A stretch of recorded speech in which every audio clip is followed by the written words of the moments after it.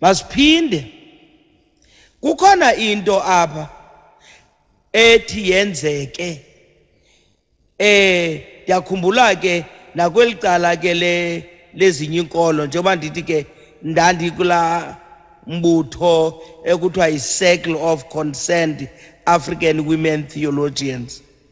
Kukhona ke ngoku umcimbi wokuba kuthiwe xa mna ndisengceni inkomo ziyagula ndizenzela umkhondo. Ngubani okwayiprova loo nto? Wonke umntu ekhona nje emhlabeni kulaa mcimbi wokuba ndimntu libhinqa ndisiya exesheni inika ubomi noba umntu ongutata noba umntu ongumama uze ube khona boba bomi obu bukwenza uba ube khona.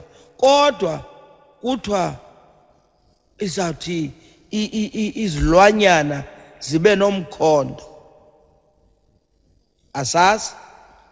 Kuphinde ke ngoku kuthiwe kweminye imizi hayi ke ngoku ke neentombi zalapha xa zisoshwama mazoshwame ngapha komhlanti kuba kothi kanti phakathi kwezintombi kukhona ethe kanti isengceni.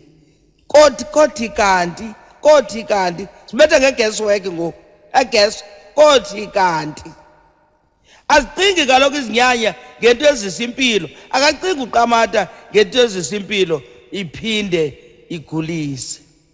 Khona ngombi lo mcimbi kwakuthiwa awuhambanga kakuhle kuba kuthe kanti kukho iintombi ezimbini phaya ekwathi kanti ngoku koshwanyayo kanti kwathi kanti zisexesheni. Idibana phi le nto? Ayibethunana ndithe ndinika njengotishala imibuzo apha ebantwaneni ukuba ithini nakanene le nto. Andifuni ukuyiphendula ngokwam le indawo yeentombi ezisexesheni. Ndicinga fanele zake ndicela umama wam uNothembile ake ahlomle. Ya, mandicele umama wam uNothembile ake ahlomle kuyo. Mna make ndimenje kancinci kuyo. NdinguNothembile kaHoho ukwenda kuphaya icala. Xa sizawuthetha nolutsha ekuthiwa maluphande ngento zamasiko ngendaba yokuya engceni. Ukuya engceni yindalo ehlonitshwayo ngokwakwantu. Okwakuhlonipha kufana nalaa nto yoba umtshakazi ehlonipha. Namhlanje kwathi abatshakazi mabayeke ukuhlonipha kungusa kuloo mtshato wabo. Bantwana bam ke mandinixelele into yoba isiko libuze kokwenu, sukuhamba uliphanda kwi-workshop uzawufundiswa ngamasiko, ngoba uzayawuphanda isiko ufundiswe ngumntu ongesiso nesi sizwe ukuso. Omnye ngumXhosa ngabathembu, omnye ngubani fundiswa ngumthembu ke ubufuna uphanda ambophanda kwisizwe sabathembu. Uba ungumZulu uyophanda kwisizwe samaZulu, ukuba ungumGaleka uyophanda kwisizwe samaGaleka. Ungaphandi nje noba kuphi na, ngoba uzawuza neento ezirongo endlini ozive kwiziduko ongazaziyo. Uba ngumgcina bakhona amagcina, akafanga wonke amagcina. Makakuxelela into yalapha endlini ihamba njani na, sukuyawiva kwi-workshop, ngoba lo mntu workshophayo awumazi uba ungumni kwilali yakhe ukhula kusenziwa ntoni, okanye kwasekhaya kokwabo awuzazi into ebezenza uba zintoni. Yintlungu ke bantwana, yintlungu ulutsha, yintlungu zintombi. Kuloo nto yoba kuthasana ukuhlonipha ukubheka engceni, intombi yayingataki ibheka engceni.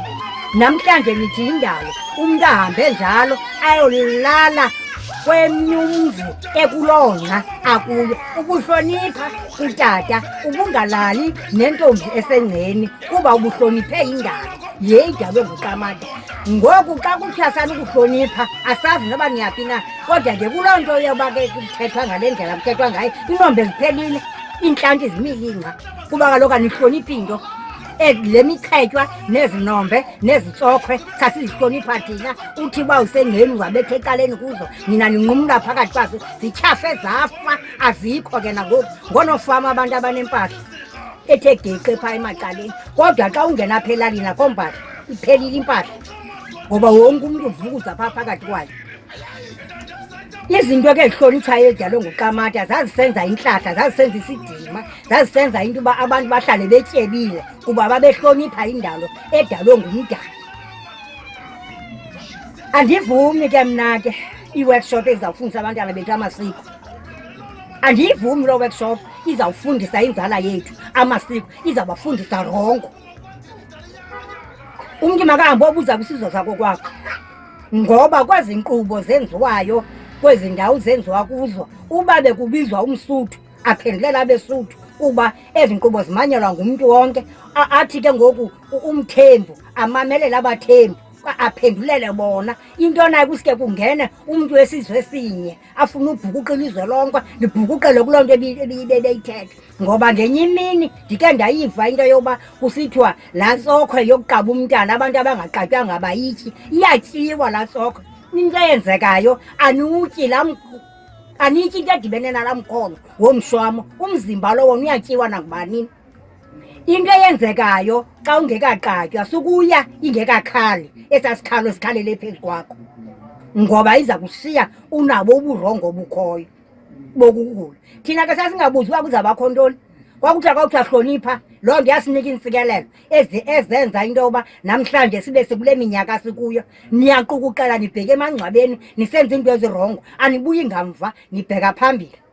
Kamakho isiphika sityelwa ebuhlanti okanye intsonyama ibhekile iselele ebuhlanti, saniyikhupha ngapha kobuhlanti into zakuthi, saniyikhupha ingeniseni ngaphakathi. Anizozinyanya, mayibe zizinyanya ke eziyikhuphayo okanye ziyichithayo, mayingabi nini. Zizinto ke ekufuneka ezo ke sizilungisile. Baphulaphuli, masibonaneni entlobheni kule veksayo, masibonane entlobheni kule veksayo. Mayikho ithathe mntakatshatshu. Mayibe zizinyanya eziyikhuphayo okanye eziyichithayo, mayingabi nini. Utoliko ngqiqo likaDr Nokuzola Mndende ngokwezinyanya luyoyikisa. Line ndiye ndithi mna lukusondela kunongqawusi. Iinkonde neenkondekazi esezindala kakhulu zizizinyanya, zizo ezibeka imithetho kumasiko, zizo ezinegunya lokusixelela masenze ntoni singenzi ntoni. Ngoku xa esiDr Nokuzola Mndende mayibe zizinyanya ezingabantu ababhubhileyo, zona ezilungisa izinto ezenzeka kumasiko, andiyazi uthetha ukuthini. Kangangento yoba ngokwasesiXhoseni nje, yeke nje uba abantu bengandifuni, ngokwasesiXhoseni inkazana ayizange yafundisa amasiko ngezithethe kuba ilazelaphi isiko inkazana. Kuba kaloku ukuze ulazi isiko kawenda uhlale phaa emzini uzokwazi ufunda amasiko ngendlela erayithi. Xa uyinkazana usesithubeni kuba awufunwa kokwenu ukuthi uhambe okwenda, ufuna ulawula, ube ungafuni uyokwenda, babe abekhona amadoda apha kokwenu efuna ukhonya. So xa uyintombi usengxakini kumaxesha amaninzi, kwa abantwana abazalayo ayingobalapha kaloku. Ukuba ungudadewethu ungumagxarha njengoba ndikugxarha njena, andinaze ndikuvumele mna ungudadewethu ulawule kwagxarha, kuba evela ndikuvumele walawula kwagxarha abantwana bakho bazafuna ulandela wena balawule, babe belawula bengengobalapha, bengabalamizi baphuma kuyo. Yiyeke into yokokuba xa ungendanga umntana wakho ngowako kwenu, kodwa ke ngoku njengoba engowako kwenu njena akalawuli. Ifike ibe ingxaki kuloo ndawo. Wena dadewethu uzala umntana ongazolawula. Yes, uzawuba ngowalapha ekhaya kodwa akazolawula. Ngoko ke xa ndikuyeka wena dadewethu ulawula, uzawufaka ulamvila kulo mntana wakho. Xa ungqengqa wena avuka umntana athi bekulawula umama apha, saphinde sithini? Abe lo mntana ezawuthi ngeli xesha azenzayo izinto zalapha abefuna uzixuba nezi zalaa ndoda yalimaza udadewethu. Ish, andifuna uthetha. andifuni uthetha kuba andifunwa ngenxa